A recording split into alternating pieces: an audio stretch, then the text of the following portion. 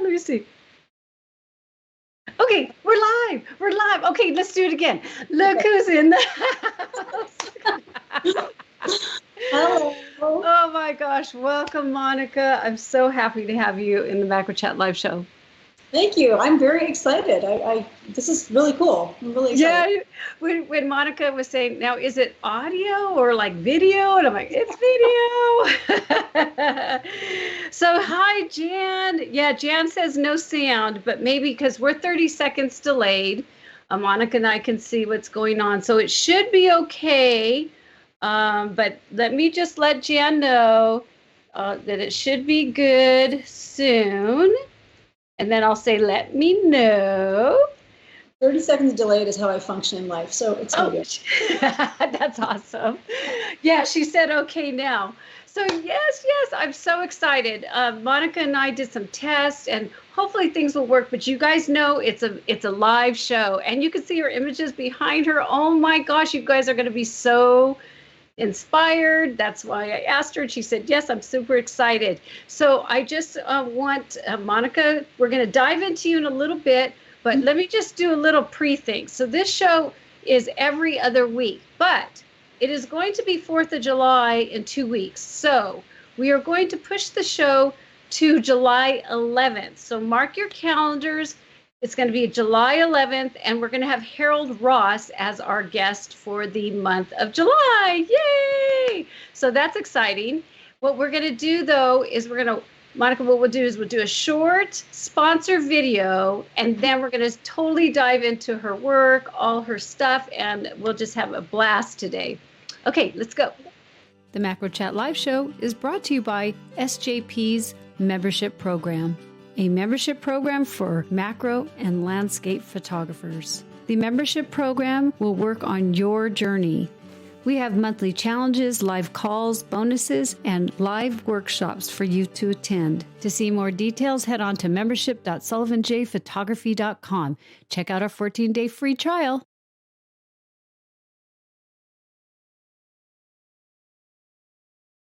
Oh, I'm back. I have to say, so Monica had this really awesome trip, and she got home late last night, and she still said she would join the macro show, and I'm the one that's screwing up. Oh my gosh.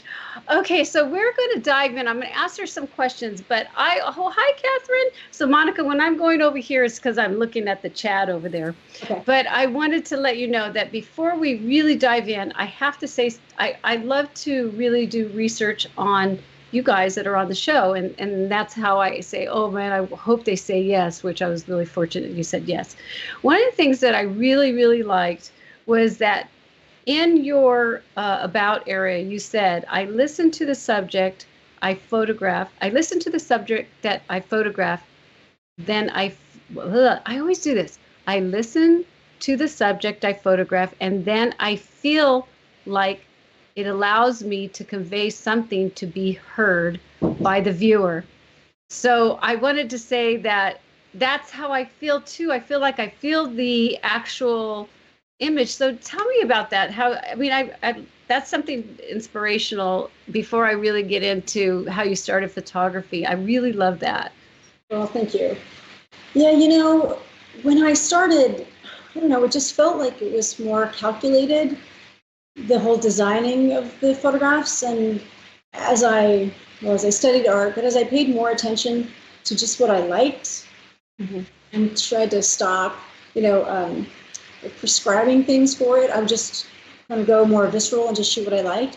Then I was able to find these subjects that were meaningful, but in less of more of an interpretive way. It's kind of, it probably sounds like airy-fairy, but it's really just feeling. So subjects have a feel to them, a visual feel, obviously not a spiritual feel, because a piece of plastic doesn't have a soul.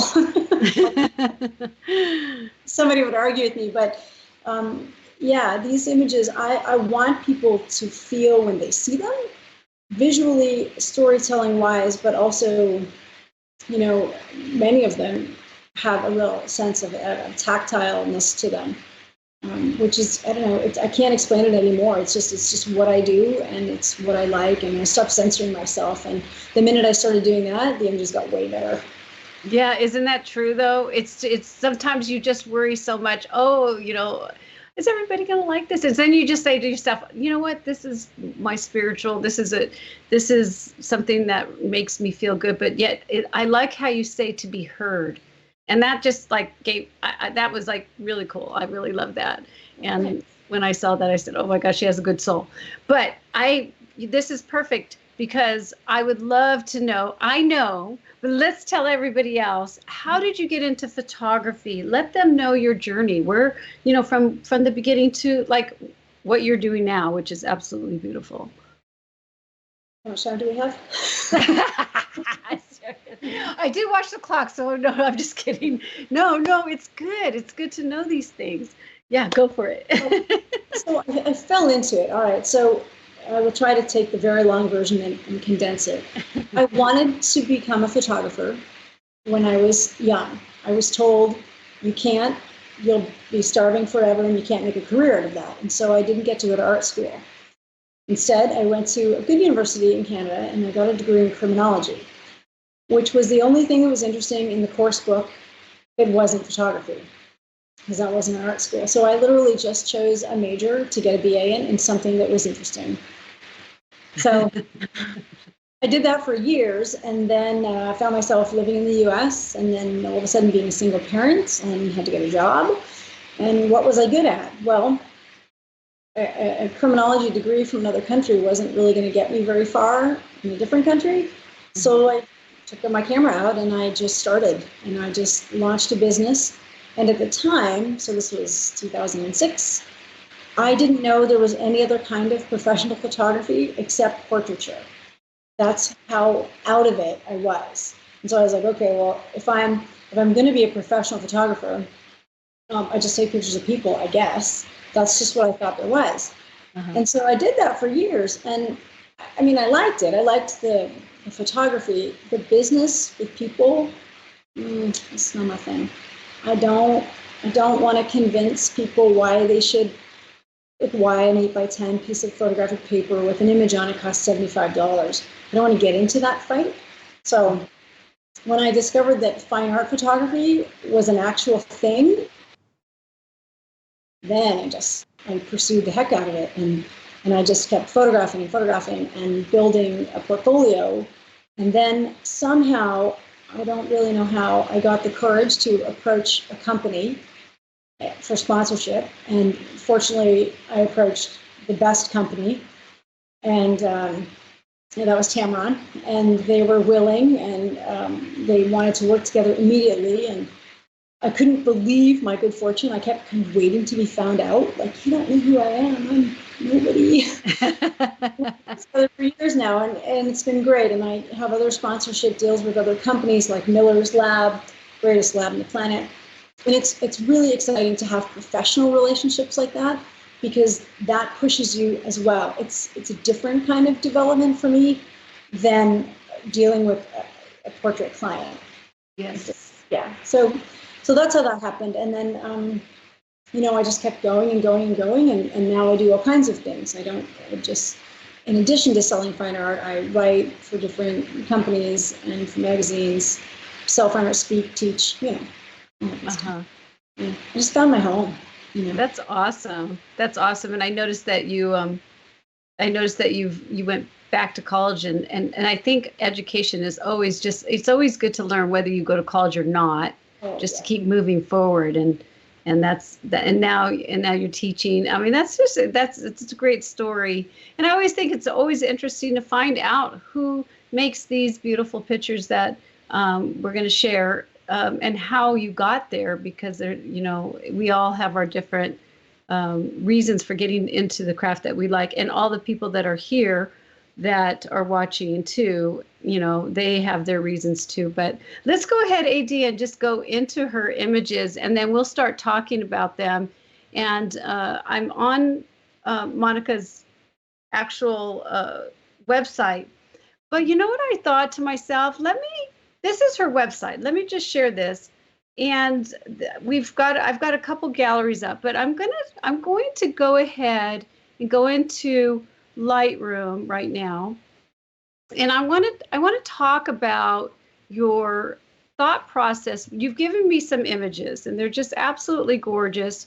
So my question really is like, do you have a thought process or a vision while you're photographing, or is it when you're photographing it comes to you? I mean, I'm just kind of curious on when you go about doing these images. I could share, they maybe, I just want to kind of get that feel of what you do when you have your camera in your hands, basically.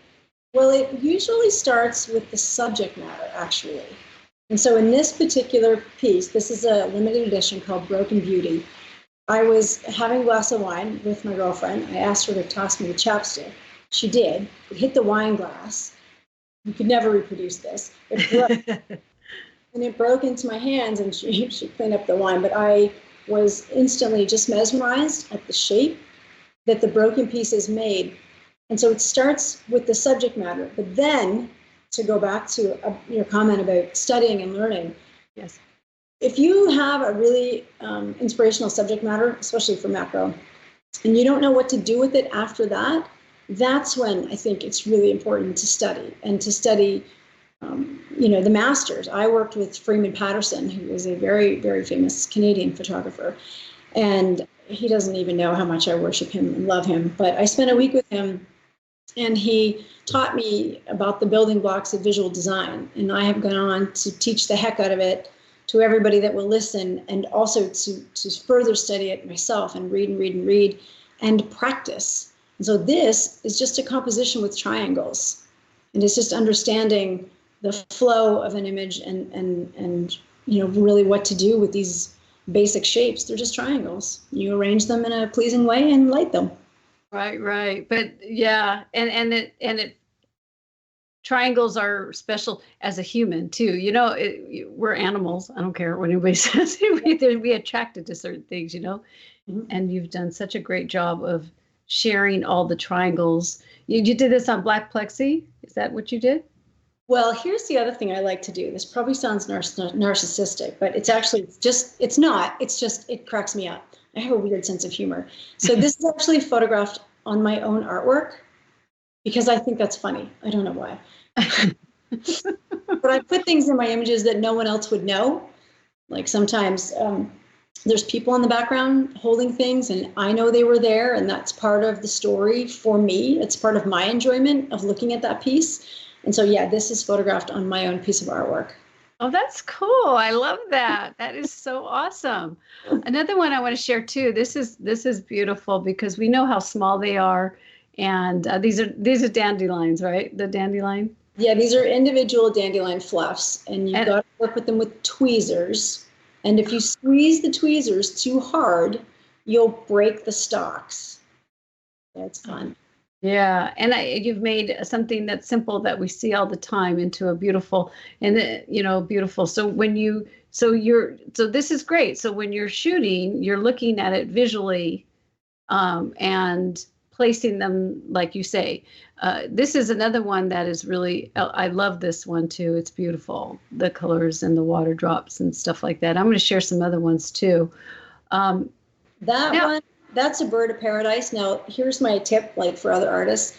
That was a direct challenge to myself because as a Canadian, we don't see the bird of paradise. It's a crazy, amazing flower to us. But after having lived here for 20 years, I see it everywhere. And I wanted to challenge myself to photograph it in a way that I had never seen before. So that's perfect. Well, I have bird of paradise in the front, and then my neighbor has in the back. So I will look at it very differently now. Thank you.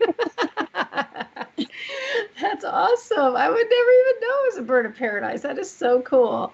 Now, this one, I got to know. Tell me about this one here. This one.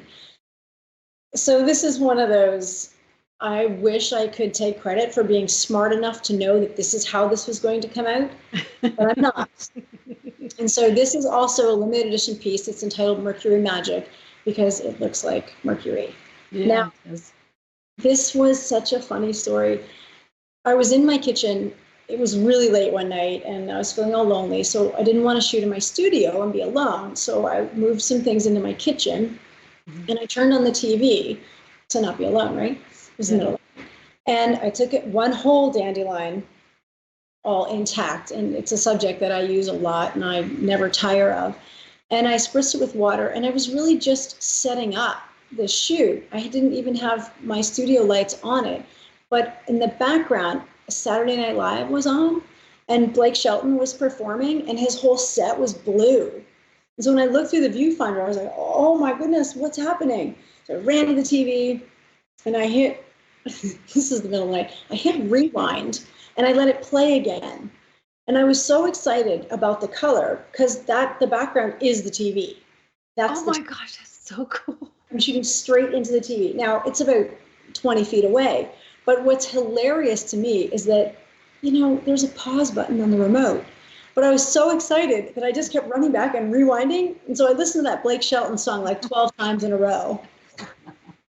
That's so funny. But that's such a great, it's so funny because you say that because, I talk myself, you, other photographers, when you're really passionate about something, it's just like you have like this little thing around you and you don't even pay attention. I've lost my glasses in the poppy fields because I forgot. I drive and I'm like, where's I can't see.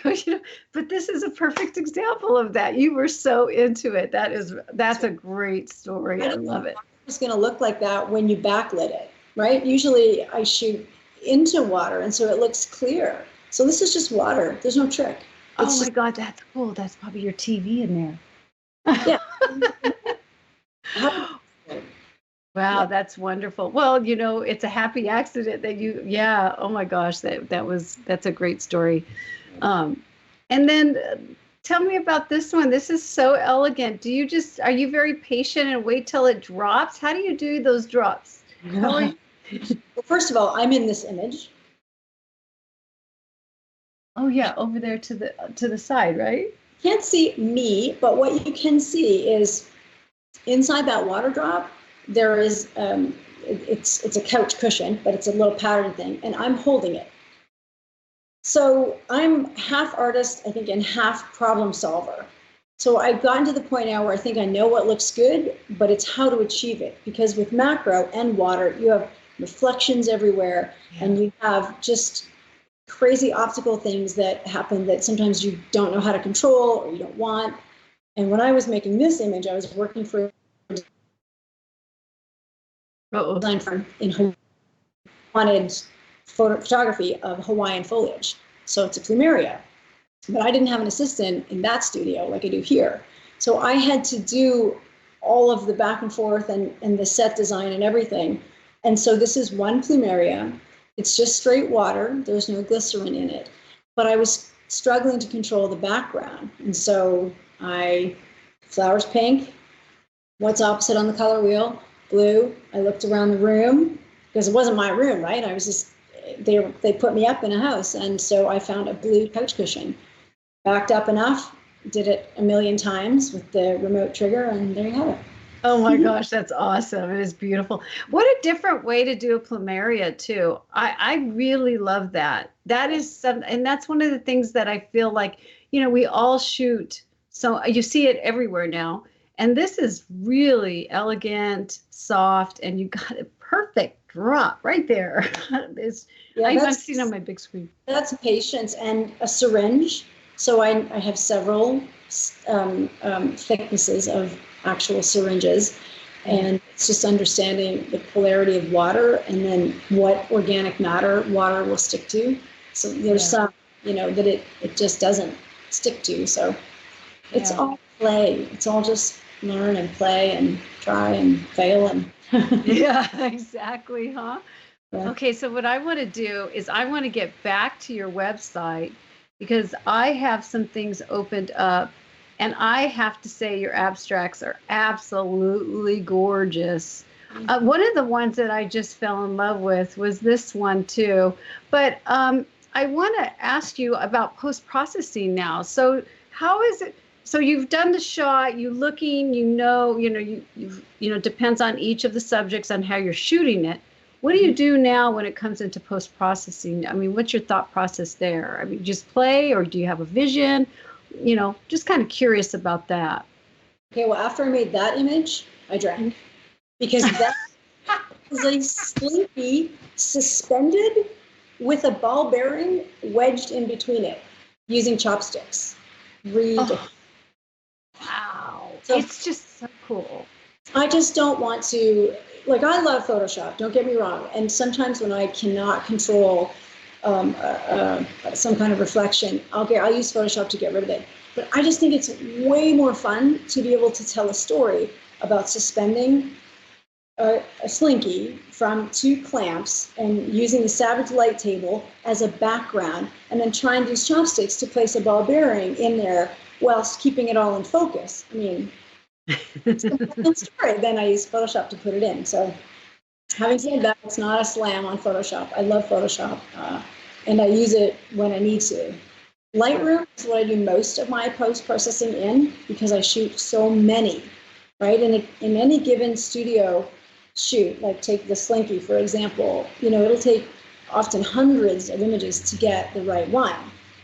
Because when you're dealing with macro, you're dealing with millimeters. And so that thing was suspended. So it was moving no matter how much I tried to not get it to move. So yeah, I like Lightroom a lot because it helps me catalog. In fact, I just looked the other day because a client asked me and I was searching for something. I have 101,000 images in my catalog. Oh, wow. Yeah. Now, wait, I need to go back. Sorry. Oh, I want to go back. Let me go back. Okay. Go ahead. What were you going to say? I just interrupted you. I'm sorry. Oh, no, it's fine. I was just going to say that's not 101,000 perfect images. Not every shoot is culled, but I do try, for the most part, to cull and throw them away. I keep a lot. I'm very insurance heavy, so I do keep a lot. But if there's utter garbage, I'll toss it. Yeah, I hear you on that too. If it's really, now look at this macro. This is what really caught my eyes. I mean, when I saw your portfolios, I was just ecstatic. But I just really, the positioning, the colors, there's just so much. And a lot of these are just a little bit of post-processing. Is that what you're saying? Yeah, there's always a little bit of sharpening. Because digital will never be as sharp as film. So there's always a little bit of sharpening. And there's usually a little bit of, just like saturation enhancement. And then 9 times out of 10, maybe 9.5 times out of 10, there's a vignette. Now, not a classical vignette most of the time, but like a radial filter. Because I want to control where the viewer's eye goes in an image. Right. I'm not sure if we're going to look at the oils that I sent you, but those are really classic examples of just where adding a vignette, having one bright spot in the image it just dictates how your viewer sees it and how they experience it. And I want control of that. This one this is part of a vignette, right? Like at the bottom, and then you let it go. Yeah, it's so subtle. So the thing with the marquee tool in Lightroom is that you can just draw it anywhere, any shape, any size. And you can't even tell that there's a vignette on that unless I, toggle back and forth and you were to see it off and on. It's very, very subtle. But it allows me to make sure that the center of interest is the point of highest contrast in the image. Yes. And this really works well. Somebody had messaged me on Facebook saying, can I put this on my header or something? I said, nope. You need to contact Monica Royale. I'm like, sorry, come watch the show. Brian. Monica Royale everywhere, fully public. Brian says, I've never succeeded with Birds of Paradise. Well done. Thank you, Brian. Try something else. Just force yourself to just strip it down to shapes and patterns and texture and color. That's all you have to do. You don't overthink. Yeah, exactly. Okay, so let me see. Let's go back to us. I mean, there's so much. Oh my God. You guys I will have the website down below. She's in the middle of moving to a different website. but you'll probably keep your name though, right? Oh, for sure. The name Yeah. and all that stuff. But Yes. Instagram has newer work. I've just been involved in another project for months, and I finished yesterday, and so now it's full steam ahead. There'll be a new web page. I'll still be Monica Royal everywhere, but Right. you'll see a lot of new work starting to come. Very excited about. Yeah, so we'll have to put your Instagram also down below, and put the links down below for sure. For sure, because I got to follow you. I think I only did your Facebook. Usually when I get on the show, I'm always, following you guys. So I got to find you on Instagram for sure. Let's see, where am I at? Post-processing. Oh, let's talk about this. This is something that we all have. I'd love to. O'Brien says he's definitely going to go for your. He said about the bird of paradise. He's going to go for it and try different ways. And so, how do you keep yourself motivated? Because we all go through phases, where we're like, oh. So I'd love for you to give some tips on. I mean, you have different projects, but boy, look at you. I could tell you're so excited, ready to go. So let people know like what you do to help them when they get through those phases. Maybe you can help them out. I think that sadly, photography and a lot of other forms of art are solitary because everybody wants to sell, and that makes us competitive. And I disagree with that. I think that we could all, and I've argued this for years, because people have said, don't teach your secrets. And I say, that's crazy. So I think we all sit in a room and photograph the exact same thing. We'd all do it in different ways. And there's no reason not to share. So the tip is surround yourself with creatives, with other creatives. Teach other people. That will open things up for you. Learn from other people. So find people that are better than you. Find people that you can teach and that you can mentor, because that will change too. And so surrounding yourself with other creative people is one way. The other way is step away. Just step away, camera down, go read a book for a month, whatever, binge watch something on Netflix. Step away. And I think when you come back, it's like anything, you rejuvenate yourself and then you're fresh. Yeah. Those are great tips. I like the tips of, hanging out with, other creatives, and even creatives I have a art friend painter. She's a painter. And we just love, you don't even have to do photography too, for me. I mean, I don't know, but I love that. I love that tip. And I like to do a good book. I mean, do you just step away and just say, like you said, binge watch? That's awesome. It's good, huh? Yep. Feels good. All right. Well, thank you so much for helping them.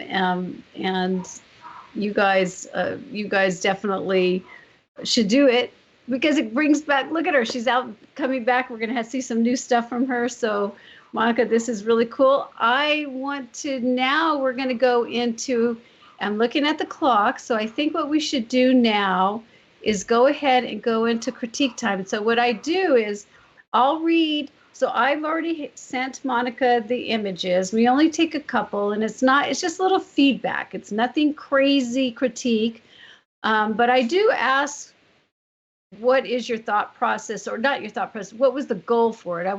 We all have different reasons on why we're pushing that shutter button. So Monica, what I'll do is I'll go ahead and I will read. I'll end up putting up, Lightroom, and I'll read what they say.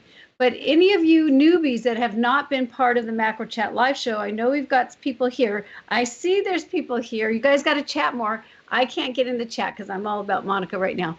But I will, if you want to submit images, you could go to Facebook, our Facebook group, which is down below, or you can go to my website, Macro Live is here, and you can submit your images and questions there. So let's go into critique time.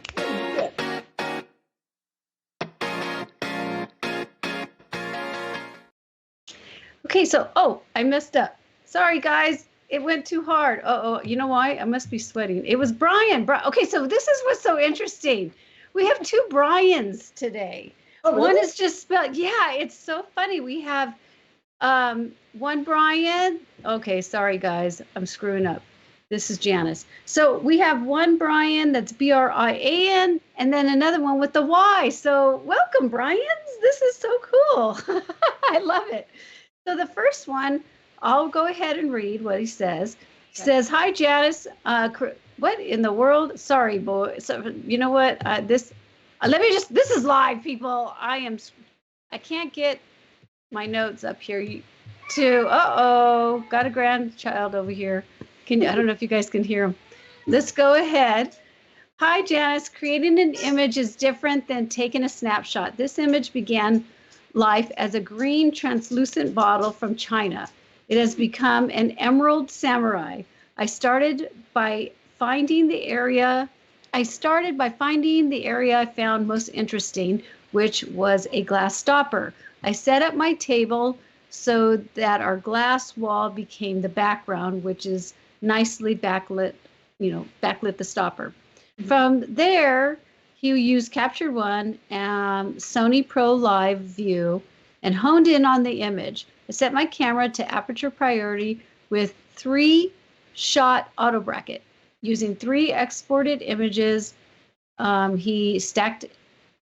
using 3 exported images, a stack was created in Fiji and then brought, and I'm trying to gently move this up so I don't mess up Lightroom, back into Capture One for the finishing touches, which is, in this case, were the simple universal adjustments to enhance brightness, contrast, and sharpness, clarity, and structure. He used a Sony Alpha A68 Tamron 900 millimeter 272E macro lens, and his ISO was 100. His shutter speed was 4 seconds, and he was at f14 aperture priority. You are giving me so awesome information, Brian. Let me see. He auto bracket, and it was with Ambilight in the studio. Capture One. Let me see. Stacked in Fiji. Okay, so basically, you could tell. He says, yeah, Fiji is a free software, and he only has to be given a shout out. Shout out to Fiji. Okay, we did that. So I'll let you go for it first. You could tell he's doing the samurai thing. So tell me, to give him some advice and tips and all that fun stuff, and we'll go from there. And if there's something that I see, then I'll go ahead and jump in afterwards. So because you and I had been going back and forth, I was trying to be really, really on top of the emails from you, so I didn't, keep you delayed. And so I opened your email last night about 11:30 when I was walking through an airport, and I briefly read what you just wrote, what you just spoke, and I clicked and I opened the image, and this stopped me in my tracks, because what I see is a face. I see the face dead center. And that's what drew me in. So I see this as 2 eyes, and then the nose here, and then the mouth down here. Mm-hmm. Now, I talk a lot in my speaking programs about frame of reference from, this person was there and he made this and he knows what it is. And so it means something to him, to Brian. But for me, I don't have any of that frame of reference. So I get to enjoy and interpret this image any way I want, any way that makes sense to me. Mm-hmm. So this is where you can use editing to have more of a sense of control over your viewer's experience. So while I love that I could see the face in this, because I see it as a face, now who knows? I don't know how he sees it. Well, I think he's calling it samurai because it looks like a samurai, don't you think? No? I see a whole face. Okay, so here's the samurai, like the samurai warriors. So here's the samurai eyes, here's the nose, and they wear those hats, those samurai, right, Brian? I don't know. Oh, see, I see it totally different. But that's what's awesome about macro, is that you can interpret these things and see things, and they're totally different to everybody. Right. So, well, I think it's a great image. I really like it. I don't stack a lot because I like selective focus, but in this case, I think the stacking totally works. I would, and as a general rule, pull the frame off of some of these design elements. So regardless of whether you're going for perfect symmetry or not, the 3 shapes across the bottom, I want those pulled off the edge because they're just skimming it. And it kind of creates a little bit of edge tension, which isn't, well, I don't think it does this image any favors. A little breathing room, you know, great. It's too tight at the bottom is what you're saying? Like pull it up? Gotcha. Yeah. Give a little bit more real estate. And then maybe just pull down a little bit of the highlights. Of course, it's very difficult to tell over this kind of transmission whether or not there's detail in the shadows and highlights. But as a tip to all of your viewers, I'm sure you already know this, Janice, turn your clipping on in Lightroom. So on your histogram, turn on the clipping and you'll be able to see digitally versus relying on your eyeballs. Mine are getting very old. You turn the clipping off and on, then you'll see if there's still data because you want detail in the highlights and detail in the shadows, generally speaking. That's a cool image. I like it a lot. I know. I thought it was really cool too. I'm like, yes. Yeah. So my suggestion, I thought about the real estate too down below. Down here, I thought about the same thing. One of the things that I wanted to suggest to him is to put this in black and white just for a little bit, because if you're getting a face, put it in black and white so you can see the textures and see if it's too busy to pull out the face. If it's too busy, then you can play with your contrast. You can play with, making it softer or not. So I always say when I love the green, then you just put it back into green, So if you really want the face, to me is try it in black and white and see. And when I did that in black and white, I felt the same way about, having so much brights and darks. So I played with stuff and I just played and made it softer, put the dehaze, not dehaze, it was contrast. I pulled the contrast and I could see the eyes better in the mouth.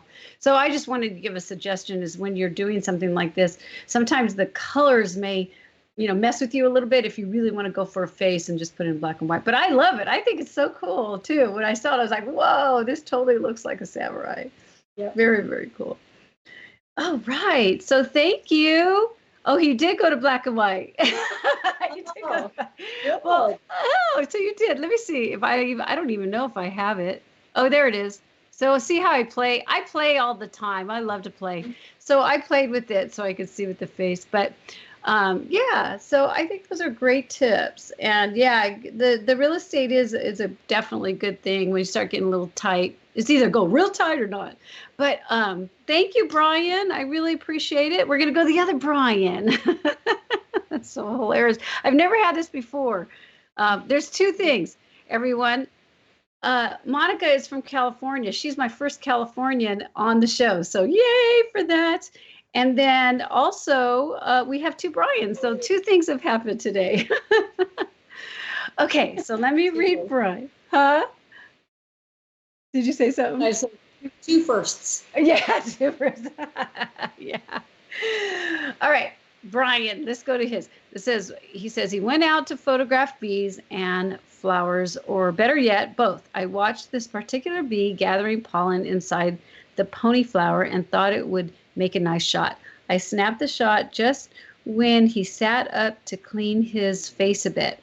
My goal was to show bees in their environment doing what comes natural. I am mostly a nature photographer. He used a Canon EOS 7D Mark II EF 100mm at 2.8 lens, and then he used 4 f-stop 4, the 100mm at 1/250th of a stop at ISO 200 in aperture priority.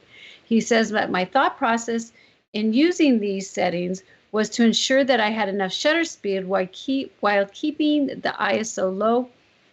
So I arrived at f4 aperture. I realized that a smaller aperture would have given me more depth of field, but the trade-off would have been slower shutter speed or higher ISO. So this is a cute little bee. Look at, this is a fluffy bee. Now, do you see these in California, Monica? Because I don't really see fluffy bees like this in California. Do you get them like that? Yeah, I think it's just a great magnification. Oh, okay. So, yep, we have fluffy bees. Because yeah, maybe it's just, maybe I haven't gotten close enough to a bee yet. I did a beetle, a big, huge, the black bees, but not a little one. But it's so cute. You can see all the pollen. Great job. Okay, go ahead, Monica. Okay, good, because I'm chomping at the bit. He wrote that not to interrupt you, but he wrote that he would have preferred more depth of field. No, no way. There are a few things that he just hit the mark on with this image, in my opinion. One of them is the perfect amount of depth of field. Because here's the thing, my brain knows that's a flower. Like, I got it. You don't have to represent it in a very clear, crisp way for me to understand that's a flower. But what I do want is to see the animal that you're trying to highlight completely sharp. I don't care about the background. That's just window dressing.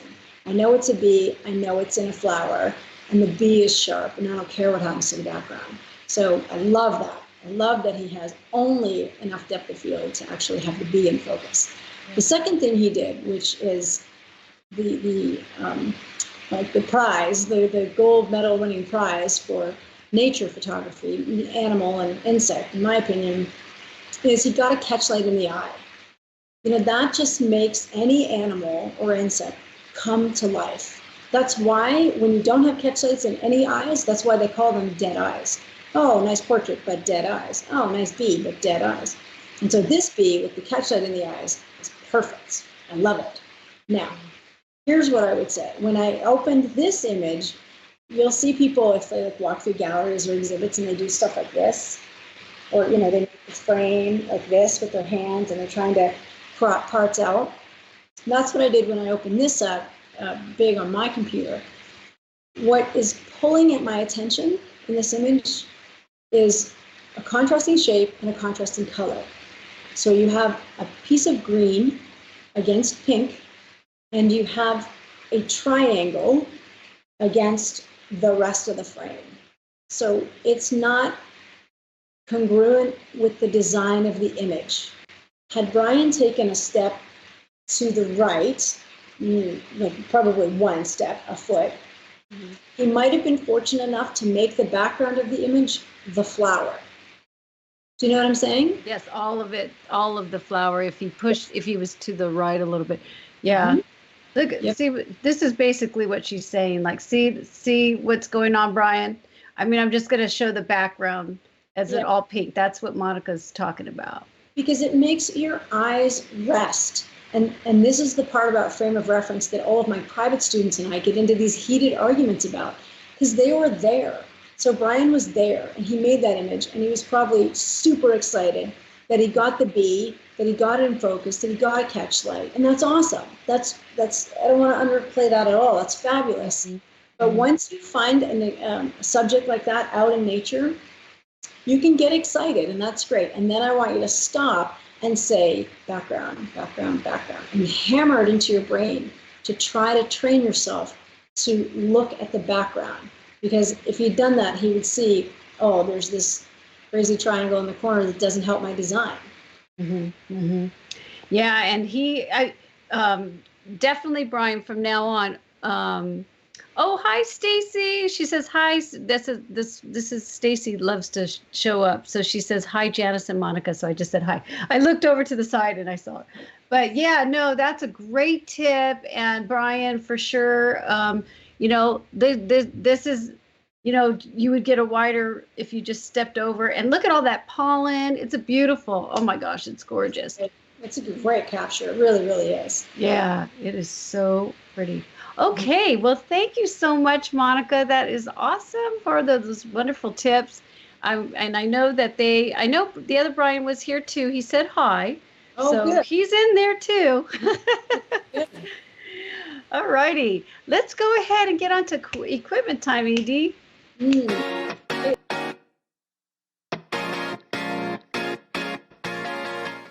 It's funny because AD do you see how everything's backwards because he flipped it for us? We're seeing everything reverse, everyone, and I'm looking at it laughing. So Monica, this is the fun time just to share with us what are your favorite macro tools or whatever you have that you want to share with us and the group. And then we will also put the links down below. You can give me the links and I'll put them down in the, after the show's done. Okay. Well, I'm a Canon shooter and I always have been.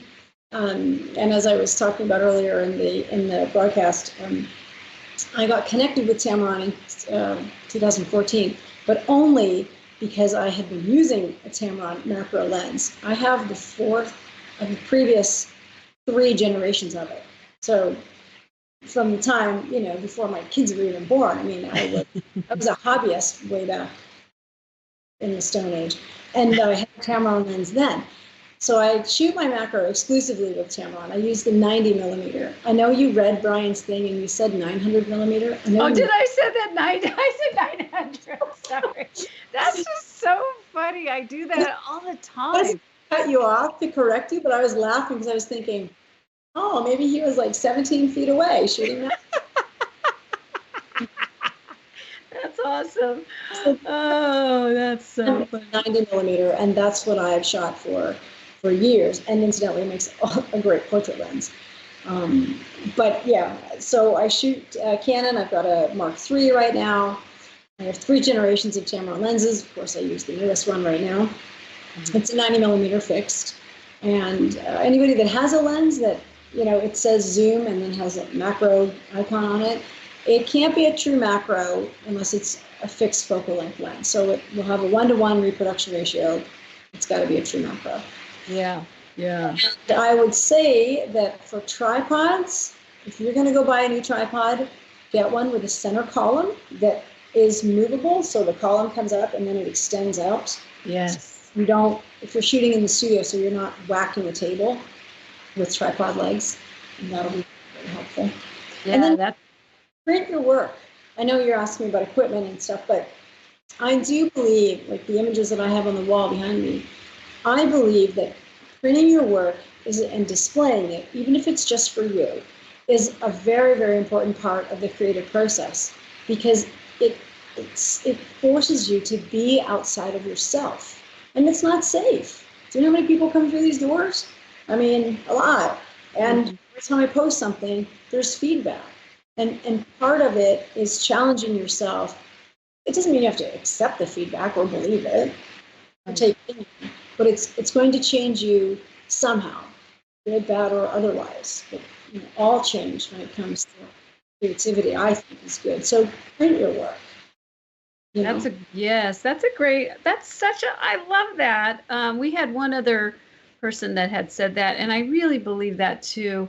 Everybody puts it on their computer, and it's so much better to print. And I think that too will give you the excitement of going back out there, don't you think, when you get to actually see it and you're like, yeah. Some of these pieces on the wall, I don't want to get off camera, so I don't want to stand up, but I mean, these are all prints from Miller's lab. I have prints on wood, prints on acrylic, prints on aluminum, and you see your art on a substrate like that, it is so exciting. And it makes really good gifts. It makes really good what? You cracked it. Oh, gifts. Yeah. You never have to buy anything ever again. You hook up with a good lab like Miller's, you can get your artwork put on any kind of product you want. There you go. Easy. Done. Exactly. Yeah, Miller's is really, really cool. Yeah, I like them too. Wow. Yeah. So that is I love that part of the equipment. Get a printer. If you're going to go to Miller's, go to Miller's. If you want to just see it, I just have a cheap old printer in the back, just print. It's so cool. Does any of you guys have questions for Monica? Monica, do you do mentoring? That's from Brian. All the time. I do it. I do Google Hangout, Skype. I do a lot of private coaching because people can take I guess I don't need to make an advertisement for it, but no, dude, that's what you're here for. No, that's just when you are at a level where you really want to really be pushed, then you should connect with a mentor or a coach or an advisor, whatever term you want to give them, and you should get what you want out of any business relationship like that. So the difference between taking one of my workshops is you're in a group, but when one-on-one coaching, you get to develop a relationship, and then your coach knows where you need to go and how far to push you. And I like that. I like that it's an intimate relationship. Regardless of how many times you work privately with someone, because there's a vulnerability when it comes to discussing your artwork. Yes. It's not like, hey, I made dinner, which to me it's just not nearly as personal as here's my art. It is a piece of me. It's a piece of who I am. And I'm scared that you're not going to like it, or I'm scared you're going to think it's dumb, or you're going to judge it. People are afraid to be judged. I think I'm really helping people get over that. No, that's great. That's great. And it is when you have your personality and the other personality, you'll be able to know each other to feel, I think the more people do this, the better they will feel about their work to get it out. And that's one of the things it's a big thing for me. The macro, get it out there, you guys. Let's see. Okay, so my next question is, what are you working on now? Boy, you're already on it. So just give us a little behind the scenes. Do you have any projects, or are you exploring new ways to photograph, or what are you up to? Are you going to do any tutorials? I don't know. You tell us what your plans are within the next couple of months or years, or whatever you're doing. Well, it's ambitious. So here I'm having my own nerves about announcing it, but I have this idea. So I've done a few programs called Junk to Gems. You saw I work with broken glass and stuff like that. But I have this idea. I'd like to put a call out for people to bring me broken things or discards, like donated items, garbage, not garbage like that goes, not dirty garbage, but something that they're never going to use again, and they consider just garbage, that they're going to throw it away. And then give it to me and let me make something beautiful out of it, because there are ways, I think. And then we'll publish them. We'll do like a before and after. So we'll say, okay, here's this whatever old shoe or something, and then here's the macro image that I was able to create. Oh, that's cool. Really fun. Oh yes. Oh my gosh. I hope that. Yeah, I think that would be a lot of fun. Yeah. It's bringing out something that somebody doesn't want and exciting them to say, wow, this is cool. Seeing it in a different way. What's left in it. Because, you've heard the phrase, one person's trash is another person's treasure. And that might be true in terms of usability. But I think everything has a quality of beauty in it, even if it's a garbage bag. There are ways to light and manipulate a garbage bag to make it look extremely beautiful, even though it's only a garbage bag. So. Right. And that's a challenge in itself. That's a great challenge. That's an awesome challenge. If you want to ask me, well, how do I sell my work over someone else? There's the answer. It has to be different. You can't just do what everybody else is doing and then hope for the best. Exactly. See, another great tip. Mm-hmm. Yeah. So true, Monica. And you have, I don't know, I don't know what I can say in YouTube, but the balls, whatever, to do it. You know what I mean? You're doing it. Good job. That's awesome. I love it. Courage or stupidity. Some of it's tenacity. Some of it's being told, no, you can't, right?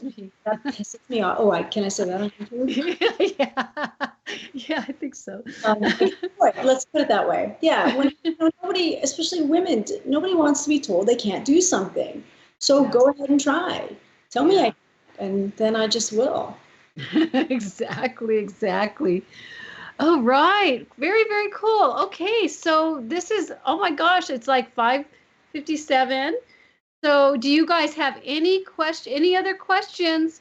We've got, I know we've got people share, and I want to thank all of you guys who are watching. And this show is absolutely amazing. Monica, you've made it really, really, inspiring. I knew it was when you and I first hung out this morning. I'm like, oh my gosh, she's so cool. So I'm so glad and I know you're going to probably sleep really, really good, but thank you so much for doing this. This was fun. And,